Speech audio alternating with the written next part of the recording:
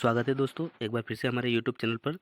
दोस्तों आज हम कक्षा 9वीं में आपकी जो निदानात्मक कक्षा हेतु मॉड्यूल है विज्ञान का, उसमें अध्याय 4 है हमारे पास परमाणु संरचना। इस अध्याय से आपके जो ब्लूप्रिंट है उसमें 7 अंक के प्रश्न निर्धारित किए गए हैं, यानी कि इस पार्ट से आपके 7 नंबर के प्रश्न आएंगे। तो ये पार्ट आपके लिए बहुत ही महत्वपूर्ण हो जाता है दोस्तों। तो इस अध्याय में जितने भी आपके महत्वपूर्ण प्रश्न हैं उन सारे प्रश्नों को हम यहाँ पर कवर करने की कोशिश करेंगे। तो अगर आपने अभी तक हमारे चैनल को सब्सक्राइब नहीं किया है तो आप चैनल को सब्सक्राइब कर लीजिएगा और अपने दोस्तों के साथ भी इसे शेयर कर दीजिएगा, ताकि ऐसे ही महत्वपूर्ण प्रश्न जो आपकी परीक्षा के लिए हैं वो आप तक पहुंचते रहें। तो चलिए दोस्तों शुरू करते हैं हमारा ये वीडियो। यहाँ पर हमें देखिए एक वाक्य में उत्तर दीजिए प्रश्न लिखा हुआ है। प्रश्न तीसरा है हमारे पास, एक वाक्य में उत्तर दीजिए। हमें एक वाक्य में उत्तर बताना है। जैसे प्रश्न पहला है, कैथोड किरणों की खोज किसने की? तो कैथोड किरणों की जो खोज थी वो की थी ई गोल्डस्टीन ने। तो आपका उत्तर हो जाएगा ई गोल्डस्टीन। प्रश्न दो, रेडियोधर्मिता की खोज किसने की थी? तो रेडियोधर्मिता की जो खोज है वो हेनरी बेक्वेरेल ने की थी।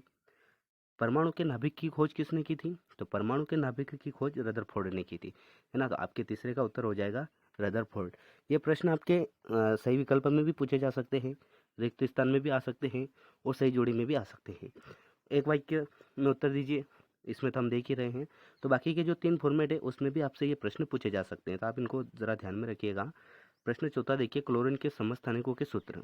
तो क्लोरीन के जो समस्थानिक है वो हो जाएगा हमारा एक तो Cl35 और Cl37। प्रश्न नीचे देखते हैं हम, तो और भी हमारे पास महत्वपूर्ण प्रश्नों में अति लघु उत्तरीय प्रश्न आते हैं। अति लघु उत्तरीय प्रश्न में पहला प्रश्न है, केनाल किरणें क्या हैं? तो केनाल किरणें जो होती हैं दोस्तों वो क्या होती हैं?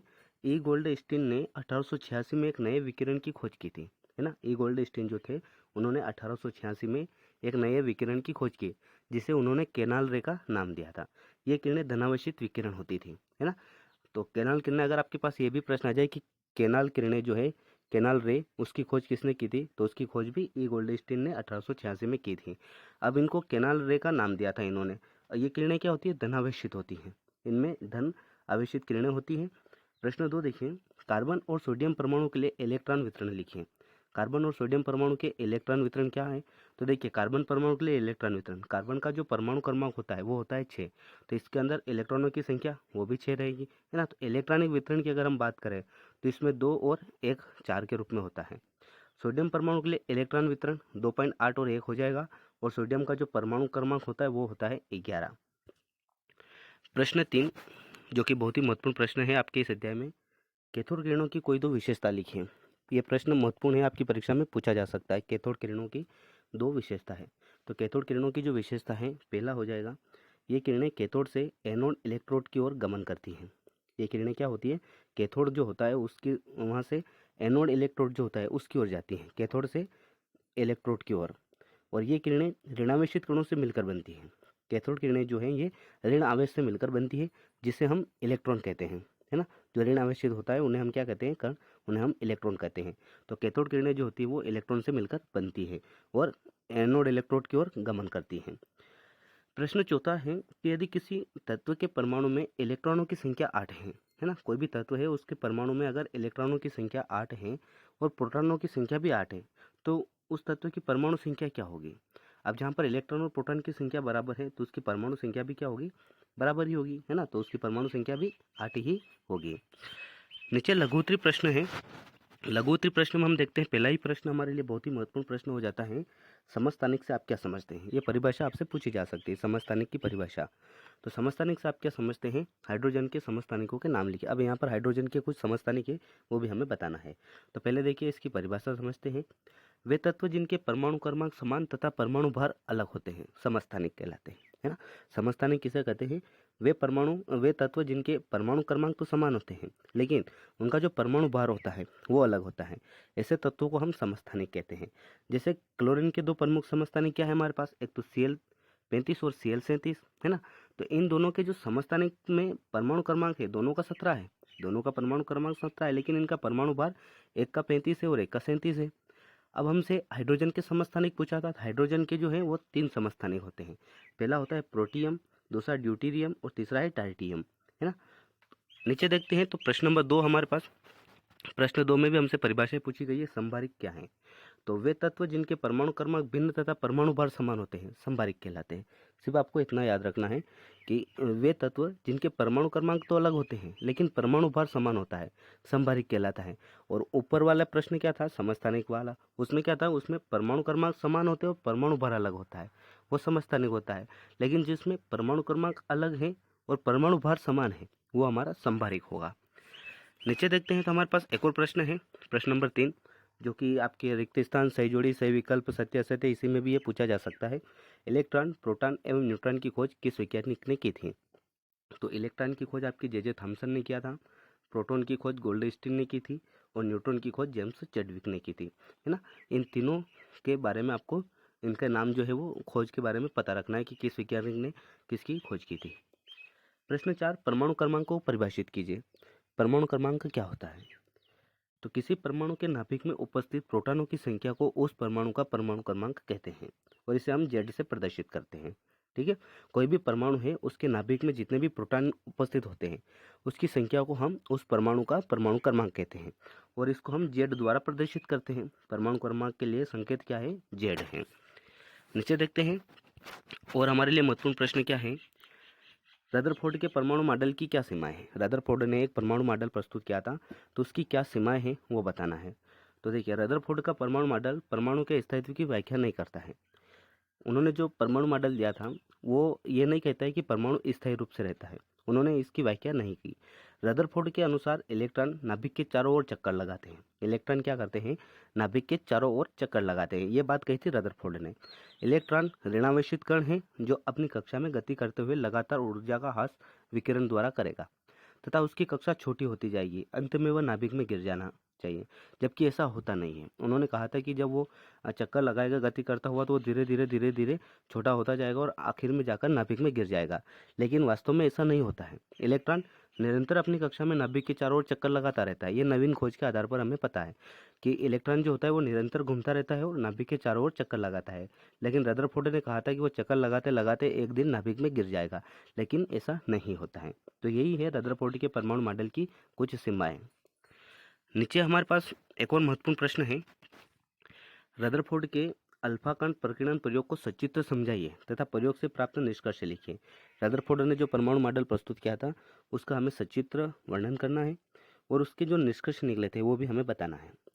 तो देखिए, रदरफोर्ड ने क्या किया था, स्वर्ण पत्र पर अल्फा कणों की बौछार करके निम्न तथ्य दिए। रदरफोर्ड ने मॉडल बनाया परमाणु का, तो उन्होंने क्या किया था, एक सोने की पन्नी ले ली और उसके ऊपर अल्फा कणों की बौछार की। तो उसके बौछार करने से उनके सामने कुछ तथ्य आए। पहला तथ्य आया कि अधिकांश अल्फा कण जो है वो स्वर्ण पत्र के आर पार सीधी रेखा में निकल जाते हैं। उन्होंने जब कण फेंके तो उन्होंने देखा कि कुछ सोने के कण ऐसे, जो अल्फा के कण ऐसे हैं जो सोने की पन्नी से सीधी रेखा में आर पार निकल गए और कुछ अल्फा कण विभिन्न कोणों में विक्षेपित हो जाते हैं। कुछ अल्फा कण क्या हुए, उस पन्नी से टकराकर इधर उधर चले गए और हजारों अल्फा कणों में से एक अल्फा कण नाभिक से टकराकर अपने मार्ग में वापस लौटता है।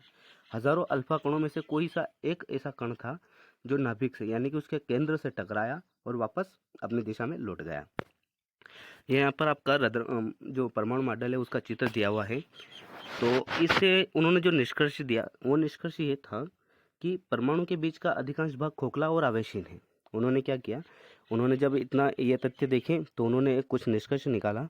उस निष्कर्ष में उन्होंने कहा कि परमाणु जो होता है उसका बीच का जो अधिकांश भाग होता है वो खोखला होता है, आवेशहीन होता है, जिसके कारण अधिकांश अल्फा कण सोने के पन्ने से आर पार निकल गए। अल्फा कण एवं नाभिक पर समान आवेश होने के कारण कुछ अल्फा कणों का विभिन्न कणों में विक्षेपित हो जाते हैं और हजारों अल्फा कणों में से कोई एक अल्फा कण अपने मार्ग पर वापस लौटता है, क्योंकि परमाणु का नाभिक अत्यधिक छोटा और कठोर है। ये रदरफोर्ड ने उस परमाणु मॉडल के आधार पर हमें निष्कर्ष दिए थे। नीचे देखते हैं दोस्तों, तो हमारे पास एक और महत्वपूर्ण प्रश्न होता है, इलेक्ट्रॉन, प्रोटॉन एवं न्यूट्रॉन के गुणों की तुलना कीजिए। बहुत ही महत्वपूर्ण प्रश्न है और 100% आपकी परीक्षा में पूछा जाएगा।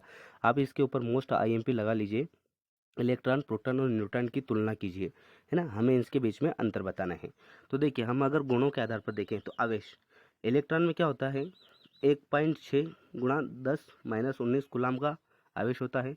प्रोटॉन में इसमें क्या है, ऋणात्मक आवेश है, इलेक्ट्रॉन में ऋणात्मक होता है, लेकिन प्रोटॉन में धनात्मक 1.6.10 + 19 कूलाम का धनात्मक होता है और इलेक्ट्रॉन ऋणात्मक आवेश होता है ना। आप इसको ऐसे भी लिख सकते हो, आवेश की अगर हम बात करें तो इलेक्ट्रॉन में ऋणावेश होता है और प्रोटॉन में धनावेश होता है और न्यूट्रॉन शून्य होता है। इसमें ना तो इलेक्ट्रॉन होता है और ना ही धनात्मक होता है, सॉरी, यहाँ ना तो ऋणात्मक होता है और ना ही धनात्मक होता है न्यूट्रॉन।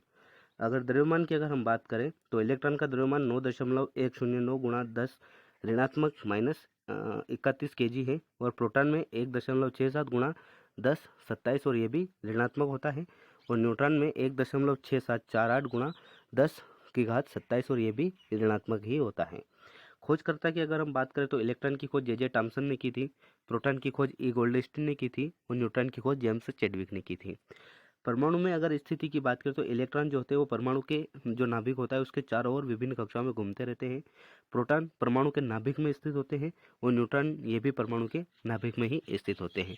तो ये आपके लिए बहुत ही महत्वपूर्ण प्रश्न है दोस्तों, जो कि आपकी परीक्षा में पूछा जाता है।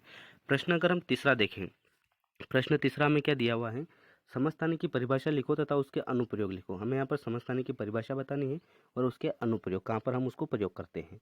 तो समस्थानिक की परिभाषा अभी हमने पहले ऊपर ही देख लिया था इसको, कि एक ही तत्व के ऐसे परमाणु जिनके परमाणु क्रमांक तो समान होते हैं परंतु न्यूट्रॉन में की संख्या में अंतर होने के कारण परमाणु द्रव्यमान जो होता है इनका वो अलग होता है। परमाणु क्रमांक तो समान होता है लेकिन परमाणु द्रव्यमान जो होता है वो अलग अलग होता है। ऐसे तत्वों को हम समस्थानिक कहते हैं। और समस्थानिक के अनुप्रयोगों की अगर हम बात करें तो इसका प्रयोग हम करते हैं। यूरेनियम के एक समस्थानिक का उपयोग परमाणु भट्टी के ईंधन के रूप में किया जाता है। कैंसर बीमारी के उपचार में कोबाल्ट के समस्थानिक का उपयोग होता है और घेंघा रोग के इलाज में आयोडीन के समस्थानिक का उपयोग होता है। आयोडीन की कमी से दोस्तों घेंघा रोग होता है और इस रोग के इलाज के लिए आयोडीन का ही एक समस्थानिक है, उसका हम उपयोग करते हैं। तो ये थे दोस्तों आपके इस अध्याय के महत्वपूर्ण प्रश्न जो कि आपकी परीक्षा में पूछे जा सकते हैं। तो अगर आपको हमारा ये वीडियो पसंद आया तो वीडियो को लाइक कीजिएगा, चैनल पर नए हैं तो चैनल को सब्सक्राइब करके अपने दोस्तों के साथ इसे शेयर ज़रूर कीजिएगा।